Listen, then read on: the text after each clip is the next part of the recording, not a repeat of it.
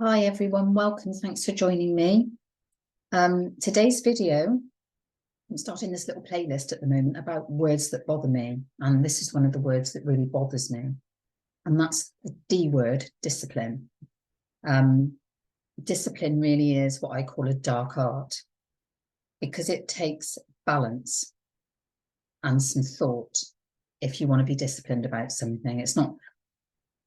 The reason it bothers me is because it sets up certain expectations. Yeah, those great expectations. I should be good at this. I should be able to focus on this. I should be able to have the willpower to do this because I really want to do this. It's not as simple as that. It is a bit of a dark art. And I was triggered to make this video by something that cropped up recently, a discussion with my amazing hubby, Andy. And as you may know from previous videos, he's quite a good triathlete. He podiums regularly in his age group. He's doing the outlaw half Ironman distance national championships this year, and he's hoping to become national champion in his age group. So he's really committed to this.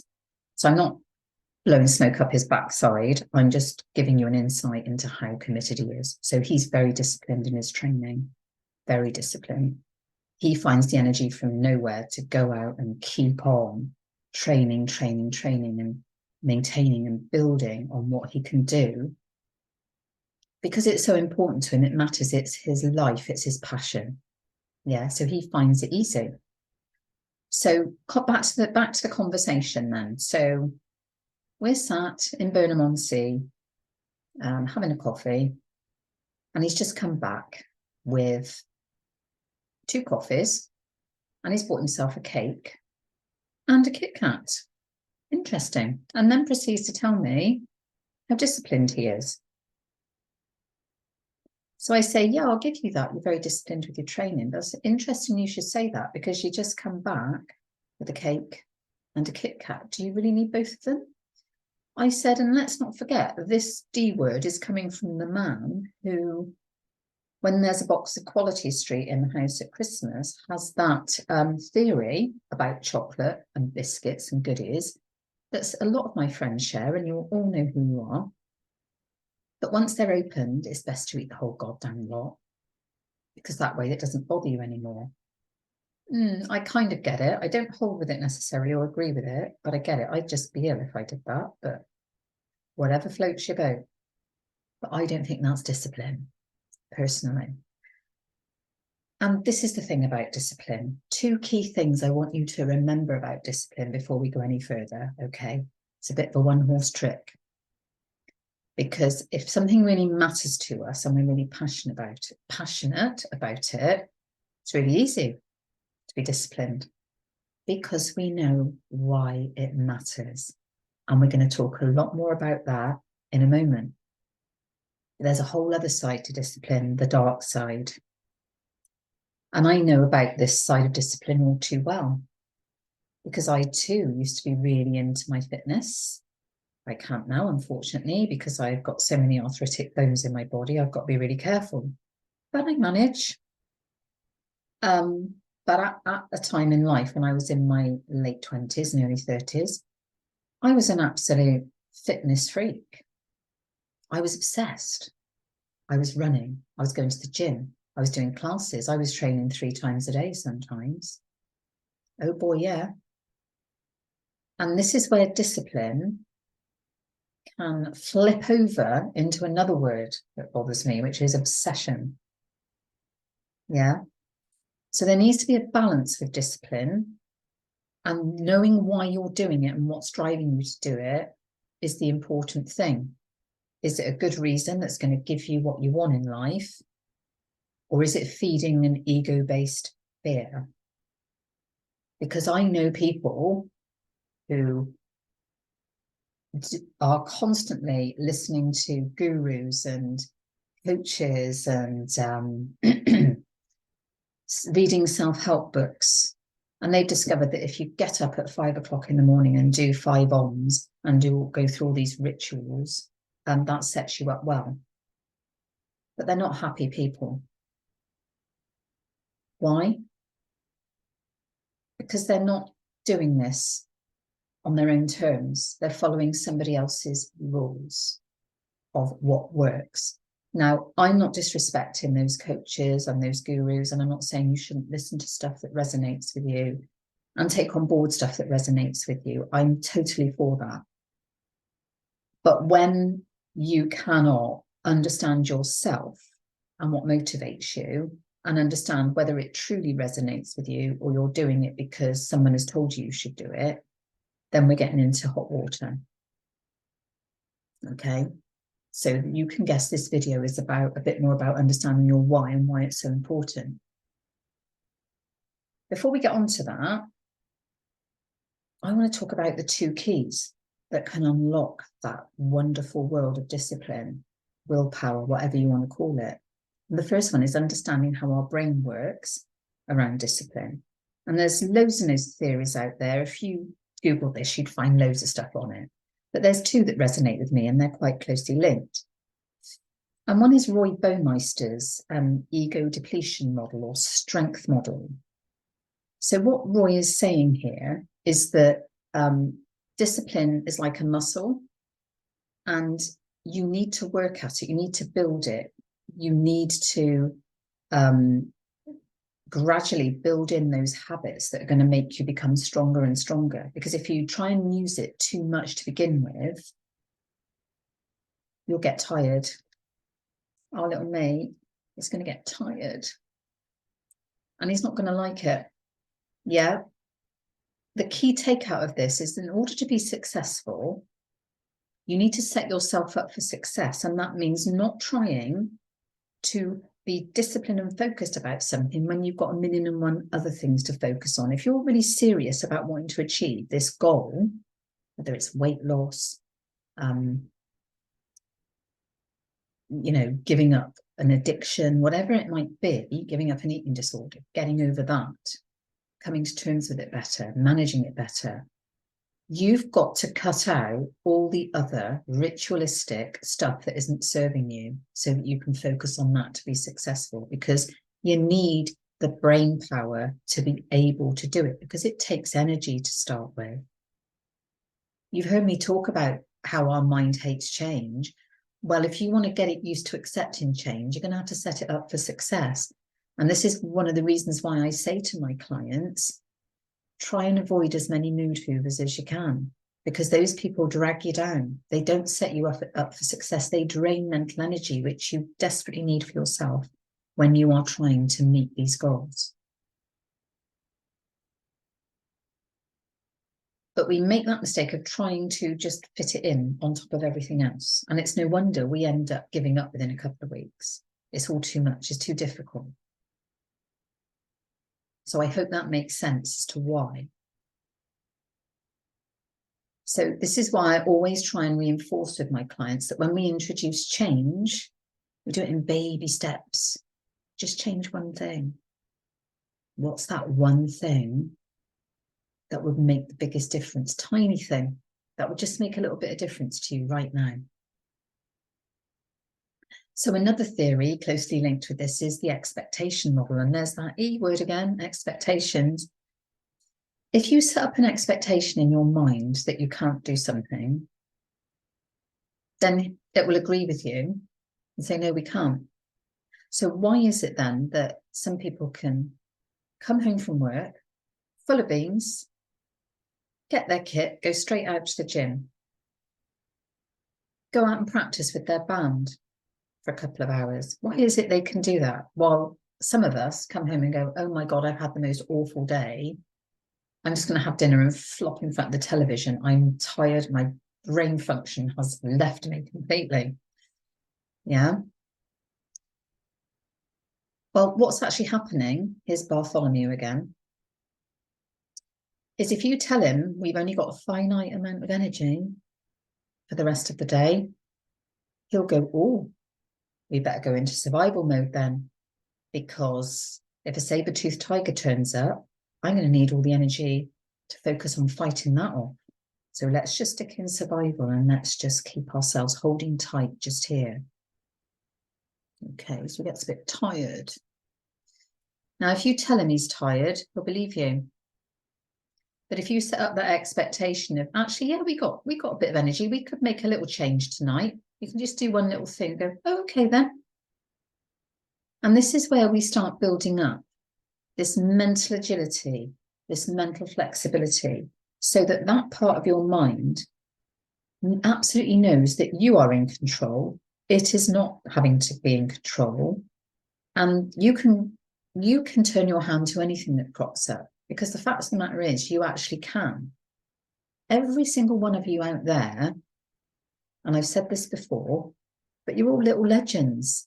You can achieve anything you want to achieve. So this theory plays into your belief system. You need to believe you can. So when I'm working with clients on discipline, it's very important that while we're working on the mental agility side of things, we're also building the self-belief and the self-trust to get you to self-regulate and put you back in control. So just think, bringing these two theories together, just think of your brain as a bit of an energy regulation device, okay? It needs practice to build the strength. So if you were going to go and run a marathon and you'd never run before, you would not go out and run a marathon, would you? You'd go on a journey of training and practicing. And that's exactly what we need to do here. So many people I see want the destination and they forget about the journey. But all the wonderful benefits come from the learning you gain on that journey, not the destination. So we're working on building that strength, but it must be very closely linked, losing my words, to your belief system, and you really believing that you can achieve it. And not necessarily in your own right. There's plenty of help and support out there for you to help you get there. You don't have to do this on your own. That second key to unlock this is you. There's nothing greater than the power of knowing and understanding yourself. There's no greater gift you can give yourself than the power of self-awareness. It helps you to understand everything that drives you and motivates you. Your values, your beliefs, whether they're good, bad, or indifferent. Are they good for you? Are they sabotaging you? Are they holding you back? That self-understanding is so important, and it's really important now for discipline. And this is the number one thing I focus with clients when I work with them on discipline, is on their why. Why do you want it? Because if you don't know your why, that discipline, that willpower is going to go out the window in no time at all. Olympic swimmers. There is not one of those people, those wonderful, amazing creatures, that does not wake up at 4 o'clock in the morning and think, I just want to stick my head back under the duvet. And then they remember their why. No, I want a gold medal. I want to stand on that podium with a medal. I want to swim for my country. It's what drives me. It's my passion. And then they get up and they get to it. That's the power of a why. So when people will always come to me with a goal. It's not a goal we're looking for. A goal is not going to give you the discipline. The discipline to achieve the goal is where the why comes in. So losing weight is a goal. Overcoming an addiction to drugs or alcohol is a goal. Overcoming disordered eating is a goal. Finding a relationship, a partner, goal. Finding a new job, goal. Getting more out of your athletic performance. Yeah, you guessed it, it's a goal. Why is an outcome. What is achieving that goal going to give you? And yeah, you're going to sit there. Oh, I'll be healthier. I'll be able to run around with my children. Yeah, that's a good, but that's still a goal. Why is it important for you to run around with your children? Why is it important for you to be healthier? What is having a relationship going to actually give you that you don't feel you have now? And it will be a state of mind, happiness, confidence, security, peace. But it will more likely be a state of mind, and that's your why. And so the next step in supporting people to make those baby steps, once we've established that why, is for them to get comfortable. I can't get my words out today, sorry. Confident and comfortable to the point where that why becomes a priority over all the reasons not to do it. That why is the reason you do it. And it becomes the focus. It becomes more important than all the reasons in the past that you haven't taken the steps necessary to achieve that goal. That focus switches, that importance switches over into self-belief, self-control. Once you start experiencing it and understanding and realizing that you actually are a little legend, that power builds and builds and builds.